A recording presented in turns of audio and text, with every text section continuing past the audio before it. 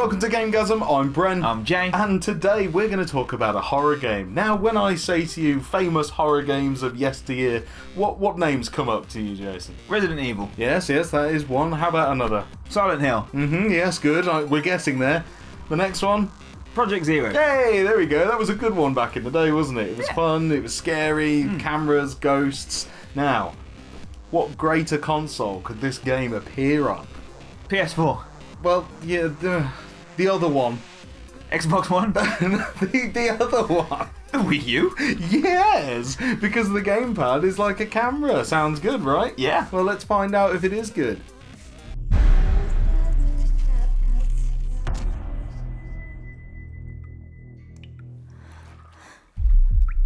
I can see things that no one else can. Well, hello there, Project Zero, my old friend. How have you been? Yes, the much-loved Fatal Frame, or Project Zero series, gets another update on the Wii U. But let me just fly right out of the gate and say that this is categorically not a horror game. Wait, what? Isn't Project Zero all about walking around trying to kill spooky ghosts with just a camera? Well, yeah, the others are, but Project Zero Maiden of Blackwater couldn't be further from a horror game, and we'll get into that later. But let's start with the basics. The story in Maiden of Blackwater is as broken up as it can be. A mixture of slow cutscenes with intermittent bits of writing serve to try and tell you what's going on, but really, I lost the plot after the first chapter. There's no coherent story here and it's a nutter mess. You play as a girl and some stuff happens. There's water and a camera and now you kill ghosts with it. The chapters string you along with various reasons to go somewhere creepy to fight some ghosts and pick up bits of paper and other items strewn about. There is little dialogue, and when the characters do speak, it's often to tell you how to play the game. Right, so the story is rubbish then, so how about the core gameplay of flashing ghosts with your camera obscura? Well, that's a bit shit too. The original Project Zero game had this aspect nailed. When you confronted a ghost, it was scary and you could only really see them through the camera lens.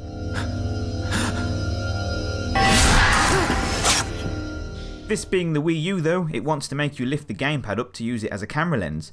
However, I got very tired of doing this after the first couple of ghostly encounters and the battles are so long. Literally, my arms got tired. The combat bases itself around using different film types to take pictures of ghosts. Take a picture of a ghost and these shards come out and swirl around. Try to take another picture while all the shards are in frame and you do more damage. Wait until the ghost is about to attack you and you can perform a fatal frame, doing big damage and staggering the ghost backwards. Now this is done okay, but there's one massive flaw in tying the confusing combat all together. The controls.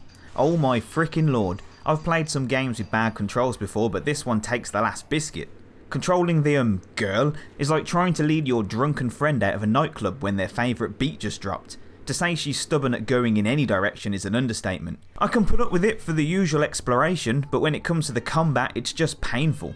Trying to turn around when a ghost pops up behind you is a challenge in itself and it's totally unnecessary, and when you do face the ghost and raise the gamepad, sometimes the game doesn't realise you've raised the pad, and other times when you press X to enter the camera mode, the game does nothing and lets the ghost take a bite out of you. And it's even more frustrating when there's more than one ghost to deal with, like this moment here. Dealing with 3 child ghosts that move fast is just a blooming nightmare. Ugh. Stay still, you little tyke. Aside from combat, general navigation is a pain in the arse too. The confusing layout of some of the levels requires you to use this shadow feature that shows a ghost walking in the direction you need to be headed in, and trust me, you'll be using that button a lot. She walks too slow everywhere and her run is difficult to control. She opens doors painfully slow and the game is generally a snooze fest until a ghost shows up giving you something to do. As well as combat, the game will randomly throw an apparition up at certain points in the levels, and if you're quick you can take a shot of it. Nail this photo and it'll net you some points that you can use to upgrade your camera, buy healing items or different types of film stock. Sometimes though, due to the shoddy controls, even if you press the button, the camera doesn't activate, making you miss that golden photo opportunity. Thanks game. And sadly, all this adds up to making the game frustrating and slow instead of atmospherically scary. No jump scares, no frightening atmosphere, nothing. I'd say Sega's House of the Dead arcade game has more scary moments. The graphics aren't bad, but I would call it a PS2 HD remake for the PS3 kind of style. It's just blasé. The character models are very pretty and are a collection of your stereotypically beautiful Asian ladies, but that's where it ends. The environments are just dark and void of any charm or gloom, and the whole thing is presented like it was released early in the year 2000.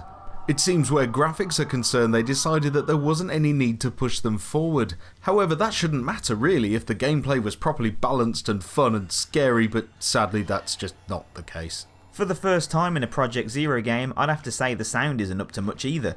There's some atmospheric droning and your usual ghostly sounds, kids singing, people crying, la-di-da, but the sound design is about as well thought out as a cheap Halloween soundtrack disc you can find in supermarkets at Halloween.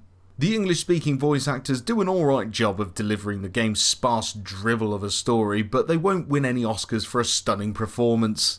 So, overall, it's not the horror game you were looking for. Move along. It feels like a cheap knockoff of something that was once a really strong contender in the survival horror genre, but this sad entry will probably be a key factor in us never seeing another Project Zero game ever again, and that's the real crime here. Landing this with a GameGazm 3.5. I would recommend you play any of the early Project Zero games over this one, and if you think I'm talking nonsense and this whole review is a load of tosh, then go and try the first 3 chapters for yourself as they are free to try on the Nintendo Store. But ye be warned. A sorry end to a great franchise. You will only attempt to sit through it if you are a super diehard fan and refuse to see all the crud that's been shoveled into it. It's more focused on the girls' wet t-shirts now than a spooky trip into a terrifying Japanese horror. And what sucks even more is that the European version has had 2 bikini costumes removed, being deemed as inappropriate. But the game's rated 18. Yeah, I know. Are you really upset about the bikinis? Jason, when it's the only redeeming factor of the whole game and then you're told it got removed from your version, then yes, I'm upset.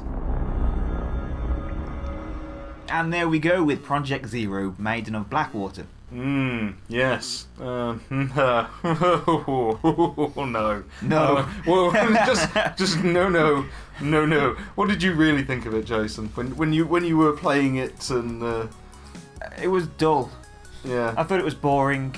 Usually horror games and Project Zero, for certain, when you're walking around you feel Uncomfortable. Yeah. The whole game makes you feel tense. You're always waiting for the next jump scare. And See, that was the thing with the Japanese horrors, like back in the earlier consoles like the PS2 and the original Xbox. Project Zero had this really nice way of just building tension, and like nothing would happen for quite a long time, and then when you were least expecting it, it would just boom. yeah, and a face oh would my appear in the God. door, or someone would walk behind you. Absolutely. And it was terrifying. It was terrifying, and also the ghosts, you couldn't really see them very well at all You just until hear you them or sense them. Until you raised the camera, then you could see them. But like in this new version, you can see them clear as day, and they come at you like flocks of sheep.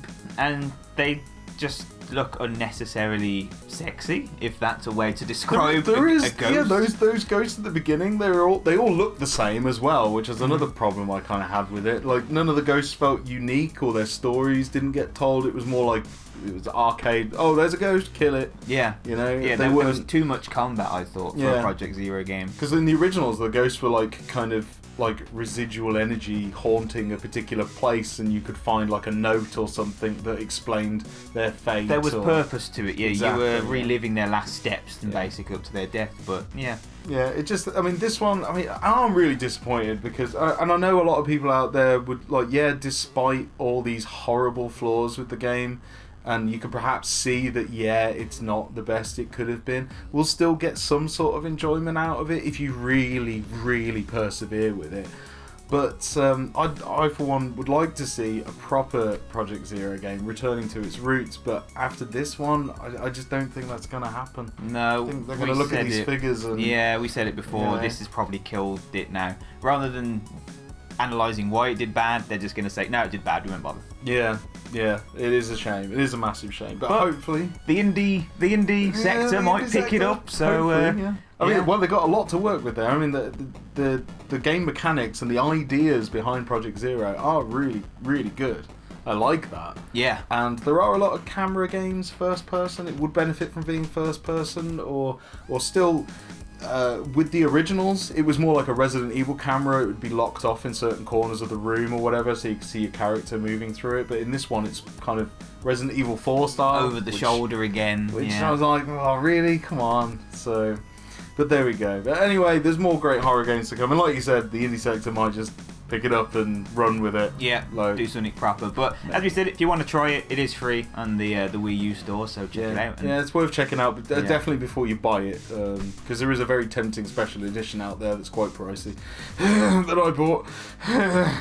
But yeah, if you're not sure, like, and this review's still not, you know, selling it for you, then like just try it for yourself and see what you think. But anyway, that's all the time we've got for today. I hope you enjoyed the video. If you did, don't forget to leave us a like and also subscribe and tell all your friends about us. Not just Project Zero, but you know, about us. And yeah, we'll catch you in the next video. I've been Brad. I've been Jay. And we've been GameGazm.